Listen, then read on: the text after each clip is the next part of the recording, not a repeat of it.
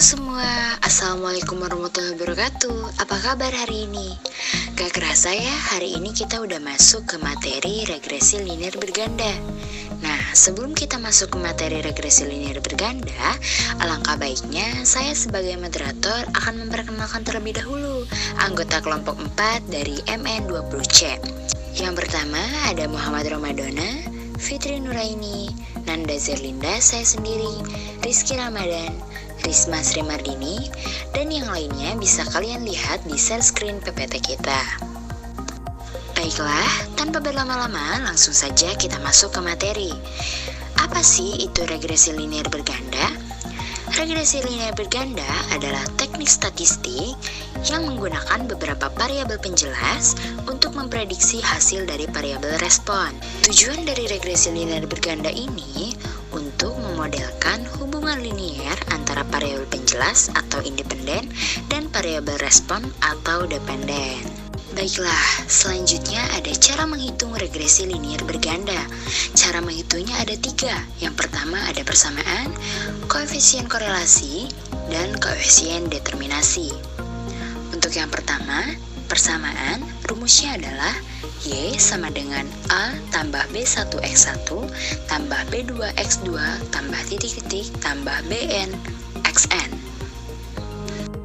Selanjutnya ada koefisien korelasi dengan rumus R sama dengan akar R kuadrat. Dan yang terakhir ada koefisien determinasi. Rumusnya adalah R kuadrat sama dengan R kali R dikali 100%. Nah, selanjutnya ada tujuan. Apa sih tujuan dari regresi linear berganda ini? Nah, yang pertama, analisis regresi berganda banyak digunakan untuk prediksi dan peramalan, yang penggunaannya secara substansial tumpang tindih dengan bidang pembelajaran mesin. Nah, yang kedua, dalam beberapa situasi, analisis regresi berganda dapat digunakan untuk menyimpulkan hubungan kausal antara variabel independen dan dependen. Yang penting, regresi itu sendiri hanya menggunakan hubungan antara variabel dependen dan kumpulan variabel independen dalam kumpulan data tetap. Nah, selanjutnya ada manfaat. Apa sih manfaat dari regresi linear berganda ini? Analisis regresi linear berganda digunakan untuk mengukur pengaruh antara lebih dari satu variabel prediktor atau variabel bebas terhadap variabel terikat. Halo, nama saya Rizky Ramadan. Oke, selanjutnya kita akan analisis data kelompok kami. Yang pertama, kalian bisa mengikuti. Yang pertama, buka aplikasi SPSS-nya, lalu kalian bisa masukkan datanya. Nah, di sini data kelompok kami yaitu X1-nya adalah harga, X2-nya pendapatan, Y-nya permintaan. Langsung dimasukkan datanya. Lalu kita klik analyze, pilih regression, lalu pilih linear. Nah, untuk saat ini saya akan membahas metode parsial. Yang pertama itu kita masukkan terlebih dahulu untuk X1 di independen dan Y di dependen. Lalu kita klik OK, maka muncul outputnya. Lanjut ke hasil penelitian. Yang pertama untuk X1 terhadap Y. Yang pertama persamaan Y sama dengan A plus BX. Di sini kita lihat di konstan dengan nilai 116,828. Lalu P-nya itu harga, yaitu minus 3,228x. Jadi untuk X1 terhadap Y persamaannya yaitu Y sama dengan A plus BX, yaitu 116,828 minus 3,228x. Selanjutnya yang kedua, koefisien korelasi atau R. Di sini di tabel model summary.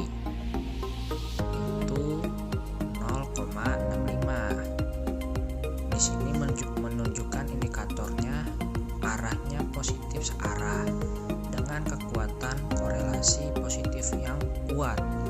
Jadi R sama dengan 0,65 searah dan memiliki korelasi positif kuat karena berada di antara 0,5 sampai 1. Yang ketiga, koefisien determinasi atau R kuadrat. Bisa dilihat dari model Semeri lagi di R square-nya, yaitu 0,43. Tinggal dikuadratkan saja, hasilnya 0,18/9, lalu dikali 100% atau diubah ke dalam 100% menjadi 18,49%. Jadi variabel harga mempengaruhi determinasi sebesar 18,49%, sedangkan sisanya 81,51% dari variabel lain yang tidak diteliti. Lalu untuk yang kedua, yaitu pendapatan atau X2-nya di independennya tetap Y permintaan. Lalu muncul outputnya. Hasil penelitian untuk X2 terhadap Y. Persamaannya masih sama yang seperti tadi. Di sini A-nya itu minus 0,240, B-nya itu 0,31X.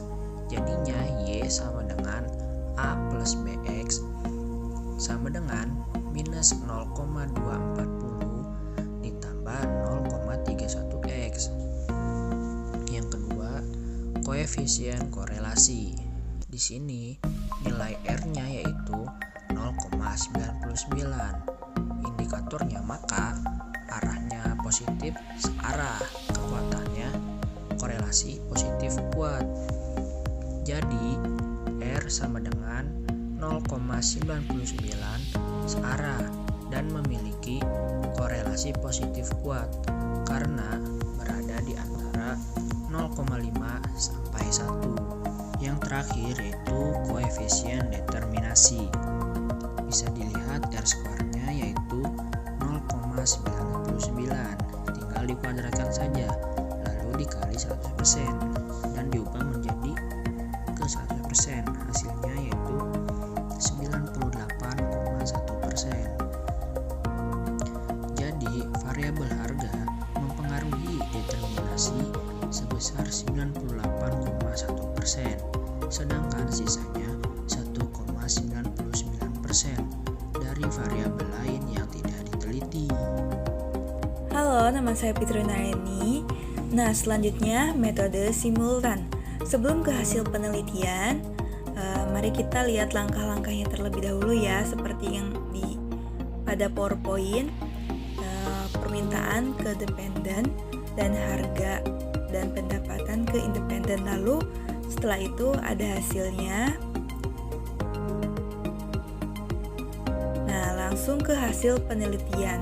Untuk X2 metode simultan persamaan Y sama dengan A plus BX1 plus BX2 sama dengan 18,341 dikurangi 0,525X ditambah 0,029X. Koefisien korelasi R sama dengan 1,00, maka arah positif searah. Kekuatan korelasi kekuatan positif atau korelasi positif kuat. Jadi R sama dengan 1,00 searah dan memiliki korelasi positif sempurna karena berada di antara 0,5 sampai 1. Nah, selanjutnya koefisien determinasi. R kuadrat sama dengan 0,99 kuadrat dikali 100% sama dengan 0,9801 diubah ke dalam persen menjadi 98,01%. Jadi, variabel harga mempengaruhi determinasi sebesar 98,01%.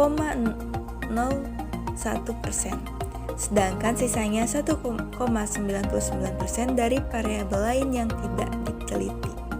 Nah, itu dia tadi materi regresi linier berganda yang dijelaskan oleh kelompok 4. Semoga berguna dan bermanfaat agar kalian dapat dengan mudah memahami materi tersebut. Cukup sekian, saya ucapkan terima kasih dan mohon maaf apabila masih terdapat banyak kekurangan dalam video tersebut. Wassalamualaikum warahmatullahi wabarakatuh.